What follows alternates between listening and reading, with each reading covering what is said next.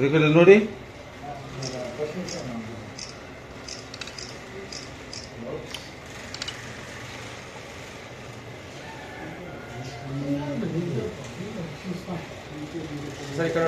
ದಿವಸ ಭಾರತೀಯ ಸ್ವಯಂ ಸಮಾಜ ಪಕ್ಷದಿಂದ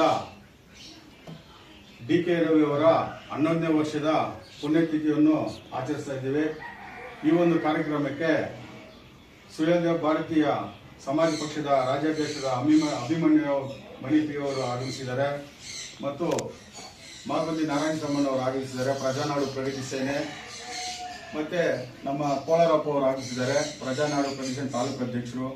ಮತ್ತೆ ನಮ್ಮ ಮೂರ್ತಿ ಅವರು ಆಗಮಿಸಿದ್ದಾರೆ, ಪ್ರಜಾನಾಡು ಪ್ರಗತಿ ಸೇನೆ. ಇದೆಲ್ಲ ದಲಿತ ಸಂಘಟನೆಯವರೆಲ್ಲ ಸೇರಿ ಈ ಒಂದು SB/SP ಪಾರ್ಟಿ ಜೊತೆ ಮಿಲನವಾಗಿ ಈ ಒಂದು ಕಾರ್ಯಕ್ರಮ ನಾವು ಸೇರ್ಪಡೆಯಾಗಿದ್ವಿ. ಅದರಲ್ಲಿ ನಮ್ಮ ವಿಘ್ನೇಶ್ ಅಂತ ಇವರು ಮಾಲೂರು ತಾಲೂಕು, ಅವರು ಆ ತಾಲೂಕು ಮಟ್ಟದಲ್ಲಿ ಪಕ್ಷವನ್ನು ಕಟ್ಟಿದ್ವು ಅಂತ ಹೇಳ್ಬಿಟ್ಟು ಅವರು ಬಂದಿದ್ದಾರೆ. ಅವ್ರಿಗೂ ಸಹ ನಮ್ಮ ಸ್ವಾಗತ. ಅದೇ ನಮ್ಮ ಕೃಷ್ಣನ್ ಅವರು ಆಗಮಿಸಿದ್ದಾರೆ, ಮತ್ತೆ ಉದಯ್ ಅವರು ಆಗಮಿಸಿದ್ದಾರೆ. ಅವ್ರಿಗೆಲ್ಲರನ್ನು ನಾನು ಈ ಒಂದು ಸ್ವಾಗತವನ್ನು ಬಯಸ್ತಾ ಇದ್ದೀನಿ. ಬಂಧುಗಳೇ, ಡಿ.ಕೆ. ರವಿ ಅವರು 2008ನೇ ಬ್ಯಾಚಲ್ಲಿ IAS ಮಾಡ್ತಾರೆ. ಮೊಟ್ಟ ಮೊದಲಿಗೆ ಬಂದು ಕೋಲಾರ ಜಿಲ್ಲೆಯಲ್ಲಿ ಬಂದು ಅವರು ಜಿಲ್ಲಾಧಿಕಾರಿಯಾಗಿ ಆಯ್ಕೆ ಮಾಡಿ ಬರ್ತಾರೆ. ಅವರು ಮಾಡಿರ್ತಕ್ಕಂಥ ಸಾಧನೆಗಳು ಅಂದ್ರೆ ಈ ಭ್ರಷ್ಟಾಚಾರ ಹೋಗ್ಲಾಡಿಸ್ಬೇಕಂತ ಹೇಳ್ಬಿಟ್ಟು ಅವರ ಪಣೆ ತೊಟ್ಟು ಅವರು ಹೋರಾಟ ಮಾಡಿ ಅದನ್ನ ಒಂದು ವಿದ್ಯಾರ್ಥಿಗಳಿಗೆ ಒಂದು ಮಾದರಿಯಾಗಿ ಅವರು ಯಾವ ರೀತಿ IAS ಮಾಡಬೇಕು, ಯಾವ ರೀತಿ ನಾವು ಓದಬೇಕು ಈ ಸಮಾಜದಲ್ಲಿ ಅಂತ ಹೇಳ್ಬಿಟ್ಟು ಅವರು ಈ ಟ್ಯೂಷನ್ ಕ್ಲಾಸನ್ನ ತಗೊಂಡಿರ್ತಾರೆ. ಅದೇ ರೀತಿಯ ಮಾದರಿಯಾಗಿ ಯುವಕರಿಗೆ ಯಾವ ರೀತಿ ಸ್ಫೂರ್ತಿಯಾಗಿ ಯಾವ ರೀತಿ ಬೆಳಿಬೇಕು, ಕೆಟ್ಟ ಚಟಗಳನ್ನು ಬಿಟ್ಟು ಯಾವ ರೀತಿ ನಾವು ಓದಿ ಮುಂದೆ ಬರಬೇಕು ಅಂತ ಹೇಳ್ಬಿಟ್ಟು ಯುವಕರಿಗೆ ಸಂದೇಶ ಕೊಡ್ತಾರೆ. ಈ ಕೆರೆ ಒತ್ತುವರಿ ಬಗ್ಗೆ, ಈ ಮರಳು ದಂಧೆ ಮಾಫಿಯಾ ಬಗ್ಗೆ ಇದನ್ನೆಲ್ಲ ಬಂದು ತುಂಬಾ ಇದಾಗಿ ಅವರು ವಿರೋಧ ಮಾಡಿಕೊಂಡು ಅವರು ಎದುರಿಸ್ಕೊಂಡು ಬರ್ತಾರೆ. ಆದ್ರೆ ಕಾರಣಾಂತರ ರಾಜಕಾರಣಿಗಳು ಅವ್ರನ್ನ ತುಂಬಾ ದಿವಸ ಇಲ್ಲಿ ಬಿಡೋದಿಲ್ಲ. ವರ್ಗಾವಣೆ ಮಾಡೋದಕ್ಕೆ ಹುನ್ನಾರಗಳು ಮಾಡ್ತಾರೆ, ಅವ್ರಿಗೆ ಧಮಕಿ ಹಾಕ್ತಾರೆ. ಏನೇ ಮಾಡಿದ್ರು ಕೂಡ ಈ ರಿಯಲ್ ಎಸ್ಟೇಟ್ ಭೂ ಮಾಫಿಯಾಗಳು ಬಂದು ಅವ್ರಿಗೆ ಧಮಕಿಗಳು ಹಾಕೋ ಕೆಲಸ ಮಾಡ್ತಾರೆ. ಆದ್ರೂ ಅವರು ನಾನು ಮಾಡಿರ್ತಕ್ಕಂಥ ಈ ಹುದ್ದೆ ನಾನು ಕಷ್ಟಪಟ್ಟು ಕೊಪ್ಪಳ ಜಿಲ್ಲೆಯಲ್ಲಿ ಹುಟ್ಟು ಬೆಳೆದು ನಾನು ಬಡ ಕುಟುಂಬದಲ್ಲಿ ಬಂದಿದ್ದೀನಿ, ಆದ್ರೂ ನಾನು ಬಡವರಿಗೆ ನನ್ನ ಕೈಲಾಗಿದ್ದು ಸಹಾಯ ಮಾಡ್ತೀನಿ ಅಂತೇಳಿ ಅವರು ಈ ಭೂ ಮಾಫಿಯಾಗಳಿಗೆ ಭಯ ಪಡದ ಅವ್ರದೇ ಆದಂತ ಏನೋ ಅಧಿಕಾರ ಆಯ್ತು ಆ ಅಧಿಕಾರದಲ್ಲಿ ಕೆಲಸ ಮಾಡ್ಕೊಂಡು ಬರ್ತಾರೆ. ಆದ್ರೇನು ಸ್ವಲ್ಪ ಭೂ ಮಾಫಿಯಾಗಳೆಲ್ಲ ಸೇರ್ಕೊಂಡು ಅವ್ರನ್ನ 57 ಎಕರೆ, 13 ಎಕರೆ, 17 ಎಕರೆ ಈ ಕೆರೆ ಒತ್ತುವರಿ, ಗುಂಡ್ತೋಪುಲ್ ಒತ್ತುವರಿ ಹೀಗೆಲ್ಲ ಮಾಡ್ಕೊಂಡಿದ್ರೆ ಅದನ್ನೆಲ್ಲ ಎದುರಿಸ್ತಾರೆ. ಅವರು ಎದುರಿಸಿ ಅದನ್ನೆಲ್ಲ ಕಾನೂನುಬದ್ಧವಾಗಿ ಬಯಲಿಗೆಳೆದು ಒಳ್ಳೆ ಸಂದೇಶ ಕೊಟ್ಟು ಒಳ್ಳೆ ಅಧಿಕಾರವನ್ನು ಕೋಲಾರ ಜಿಲ್ಲೆಯಲ್ಲಿ ಎಲ್ಲಾ ಜಾತಿ ಜನಾಂಗದವ್ರನ್ನ ಎಲ್ಲಾ ಹತ್ರನೂ ಮನಸ್ಸಿಗೆದ್ದವರು ಕೆಲಸ ಮಾಡ್ಕೊಂಡ್ರು. ಆದ್ರೆ ಹುನ್ನಾರದಿಂದ ಅವ್ರನ್ನ ಬೇರೆ ಕಡೆ ವರ್ಗಾವಣೆ ಮಾಡ್ಬಿಡ್ತಾರೆ. ಇಲ್ದಿದ್ದ ತೊಂದರೆಗಳ ಕೊಟ್ಟು ಅವ್ರು ಆತ್ಮಹತ್ಯೆ ಮಾಡ್ಕೊಳ್ಳೋ ಒಂದು ಇದು ಮಾಡಿ ಸೃಷ್ಟಿ ಮಾಡಿ ಆತ್ಮಹತ್ಯೆ ಅಂತ ಹೇಳ್ಬಿಟ್ಟು ಅವಾಗಿದ್ದಂತ ಕಾಂಗ್ರೆಸ್ ಸರ್ಕಾರ. ಆದ್ರೆ ನಾವು ವಿರೋಧ ಪಕ್ಷದಲ್ಲಿ ಇರ್ತೀವಿ, ನಮ್ಮ ಅಭಿಮನ್ಯು ಅವರು ಅದನ್ನ ಅವ್ರಿಗೆ ಬೆಂಬಲ ಸೂಚಿಸಿದಿಂದ ನಾವು ಆಪೋಸಿಟ್ ಪಕ್ಷ ರಾಷ್ಟ್ರೀಯ ಸ್ವಯಂ ಪಕ್ಷ, ಇದು ರಾಷ್ಟ್ರೀಯ ಪಕ್ಷ.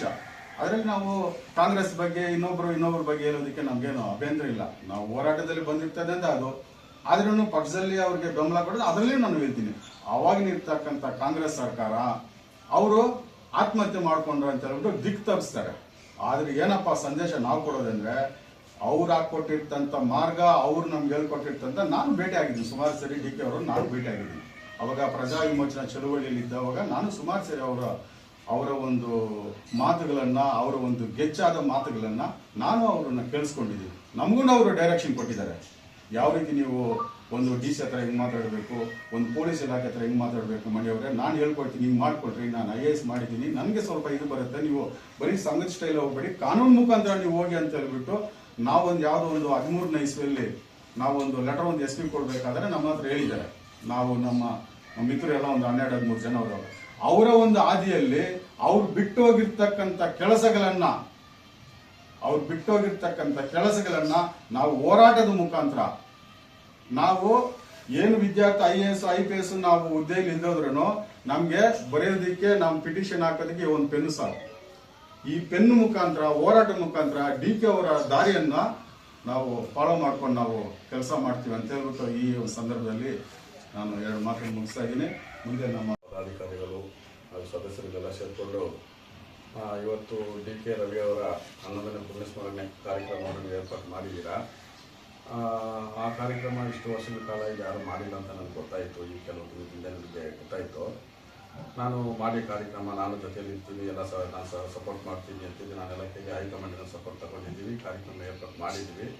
ಅದು ಬಹು ದೊಡ್ಡ ಮಟ್ಟದ ಸಣ್ಣ ಮಟ್ಟದ ಕಾರ್ಯಕ್ರಮ ಮಾಡಿದ್ವಿ. ಕಾರಣ ಏನು ಅಂದರೆ DK ರವಿ ಸಾಹೇಬರು ಹೋರಾಟ ಆ ದಿನಗಳು ದಿನ 2012, 2013, 2014 DK ರವಿ ಅವರು ಏನು ಹೋರಾಟ ಮಾಡಿದ್ರು ಅದು ನಾನು ಕೇಳ್ಕೊಂಡಿದ್ದೀನಿ, ಜೊತೆಲಿ ಇದ್ದೀನಿ. ಕೆಲವು ಅವ್ರ ಹೋರಾಟದ ದಾಖಲೆಗಳೆಲ್ಲ ನನ್ನಲ್ಲಿ ಬಹಳಷ್ಟು ದಾಖಲೆಗಳಿದೆ.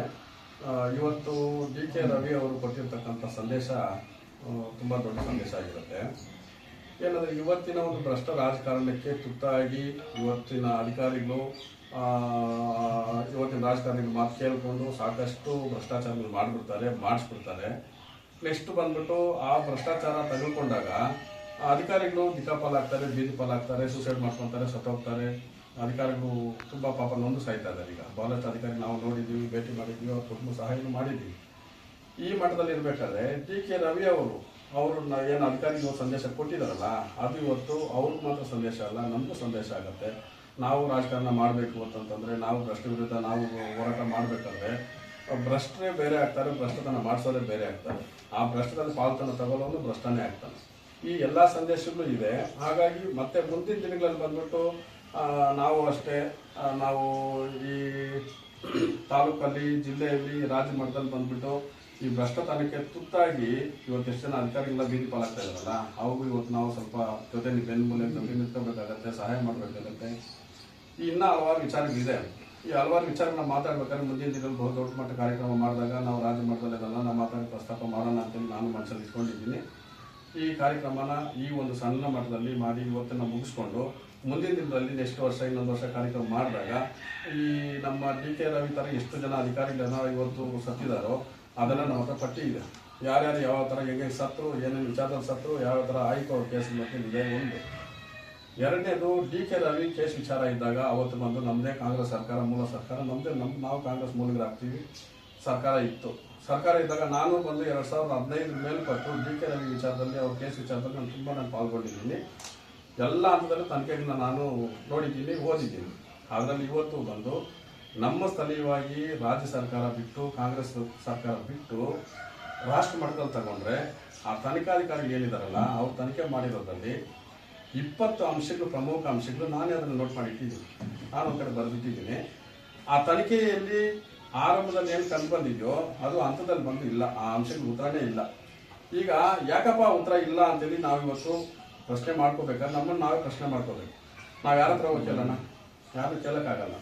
ಅಷ್ಟು ಹೀನಾಯ ಒಬ್ಬ ದಕ್ಷ ಅಧಿಕಾರಿನ ಅಷ್ಟು ಹೀನಾಯವಾಗಿ ಅದು ಸಂಚು ಮಾಡಿದ್ರು, ಕೊಲೆ ಮಾಡಿದ್ರು, ಏನು ಮಾಡಿದ್ರು. ಬಟ್ ತನಿಖಾ ವರದಿ ಅದು ಸೂಕ್ತವಾಗಿರ್ಬೇಕಲ್ವಾ? ಆ ವರದಿನೇ ಇಲ್ಲ.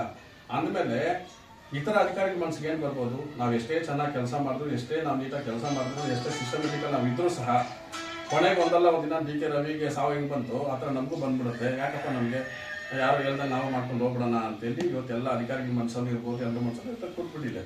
ಅದನ್ನು ನಾವು ಹೋಗ್ಸೋಕ್ಕೆ ನಾವೇನು ಮಾಡ್ಬೋದು? ಅವ್ರು ನಾವೇನು ಸಪೋರ್ಟ್ ಕೊಡ್ಬೋದು? ಈ ಭ್ರಷ್ಟತನ ಮೂಲ ಎಲ್ಲಿದೆಯಲ್ಲ, ಆ ಮೂಲನೇ ಒಸ್ಬೇಕು ಅನ್ನೋದು ನಮ್ಮ ಪಕ್ಷದ ಧ್ಯೇಯ.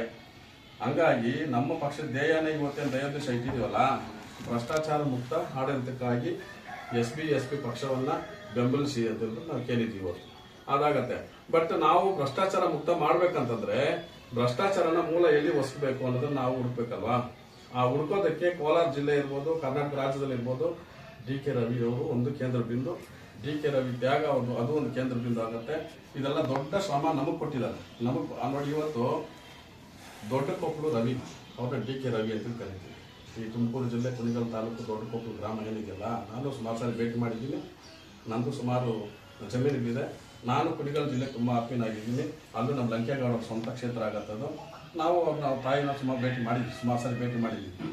ಆ ತಾಯಿ ಕಣ್ಣೀರಿದೆಯಲ್ಲ, ಆ ಕಣ್ಣೀರು DK ರವಿ ಅವರ ಒಂದು ಮರಣಕ್ಕೆ ಮೊದಲನೇ ತುತ್ತು, ಮೊದಲನೇ ವಿಕೆಟು ಈಗ 20 ದಿನ ಹಿಂದೆ ಹೋಯ್ತು.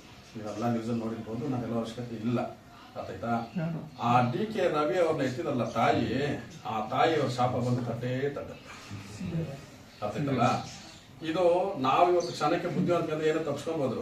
ಆದರೆ ಭಗವಂತ ಪ್ರಕೃತಿ ನಿಯಮ ಏನಿದೆಯಲ್ಲ, ಒಂದಲ್ಲ ಒಂದಿನ ನಮಗೆ ಪನಿಷ್ಮೆಂಟ್ ಉಂಟು. ಅದೇ ಭಗವಂತ ಹೇಳೋದು, ಯಾರು ಭಗವಾನ್ ಬುದ್ಧರು, ಈ ಜಗತ್ತಲ್ಲಿ ಈ ಜಗತ್ತಲ್ಲಿ ಪಾಪನಾಶ ಅನ್ನೋದೇ ಇಲ್ಲ ಅಂತಂದ್ರು. ಪಾಪನಾಶ ಅನ್ನೋದೇ ಇಲ್ಲ. ನಾನು ಪಾಪ ಮಾಡ್ಬಿಟ್ಟು ಹೋಗ್ಬಿಟ್ಟು ಚರ್ಚಲ್ಲಿ ಹೋಗ್ಬಿಟ್ಟು ದೇವರೇ ದೇವರೇ ದೇವರೇ ಕಾಪಾಡಿ ಅಂತಂದ್ರೆ ದೇವರೇನೋ ಪಾಪ ಕ್ಷಮೆ ಕೊಡ್ತಾನೆ, ಆದ್ರೆ ಕಾನೂನು ಕ್ಷಮೆ ಕೊಡುತ್ತಾ? ಇಂಡಿಯಾ ಪೊಲೀಸ್ ನನ್ನ ವಾರಂಟ್ ಎತ್ಕೊಂಡು ಒಂದು ಒಳಗಾಗ್ತಾನೆ. ಇವತ್ತು ನಾನು ಮಾಡೋ ಪಾಪ ಎಲ್ಲ ಮಾಡಿ ತಿರುಪತಿಗೆ ಹೋಗ್ಬ ಚಿಟ್ಕೊಂಡ್ಬಿಟ್ಟು ದೇವ್ರ ಮನೆಗೆ ಅಷ್ಟು ದುಡ್ಡು ಆಗ್ಬಿಟ್ಟು ನನ್ನ ಪಾಪನಾಶ ಆಗ್ಬಿಡ್ತು ಅಂತಂದ್ರೆ ಪಾಪನಾಶ ಆಗತ್ತಾ ನಿಜವಾಗ್ಲೂ? ಸರಿ ಮಾಡು, ಪಾಪನಾಶ ಆಗತ್ತಾ? ಹಂಗಾಗಿ ಯಾರು ಬುದ್ಧ ಭಗವಾನ್ ಹೇಳಿದ್ರು, ಜಗತ್ತಲ್ಲಿ ಪಾಪನಾಶ ಅನ್ನೋ ನಿಯಮನೇ ಇಲ್ಲ. ತಪ್ಪು ಮಾಡಿದವನು ದಂಡನೆ ಅನುಭವಿಸ್ಲೇಬೇಕು ಅಂದ್ರೆ. ಆದ್ರೆ ಬಂಗಾರಪೇಟೆ ಕ್ಷೇತ್ರ ಕೋಲಾರ ಜಿಲ್ಲೆಯಲ್ಲಿ ಹೇಗಿದೆ ಗೊತ್ತಾ? ತೆಲುಗು ಒಂದು ಮಾತಿದೆ, ದೊರ ದೊಂಗತನ చేస్తే ದಂಡ లేదు, ದೊರೆ ಕಳ್ತನ ಮಾಡ್ಬಿಟ್ರೆ ದಂಡ ಇಲ್ವಂತೆ. ಅದು ಸೂಕ್ತವಾಗಿ ಇಸ್ಕೊಂಡು ಹೋಗ್ಬಿಡೋದು. ಅದು ಇಲ್ಲಿನ ಒಂದು ಆಡಳಿತ ವ್ಯವಸ್ಥೆ ಆಗಿದೆ. ಹಾಗಾಗಿ ನಾವು ಅತಿ ಜಾಸ್ತಿ ಮಾತಾಡೋಕ್ಕೆ ನಮಗೂ ಕಾಲಾವಕಾಶ ಇಲ್ಲ, ಬೇರೆ ಕಾರ್ಯಕ್ರಮ ಇರೋದ್ರಿಂದ ಈ ಕಾರ್ಯಕ್ರಮ ಇಲ್ಲಿಗೆ ಮೊಟಕುಗೊಳಿಸೋಣ ಅಂತೇಳಿ ನಾನು ತಮ್ಮಲ್ಲೆಲ್ಲ ಮನವಿ ಮಾಡ್ಕೊತಾ ಇದ್ದೀನಿ. ನನಗೆ ಈ ಕಾರ್ಯಕ್ರಮದಲ್ಲಿ ಮಾತಾಡೋಕ್ಕೆ ಅವಕಾಶ ಮಾಡ್ಕೊತಾ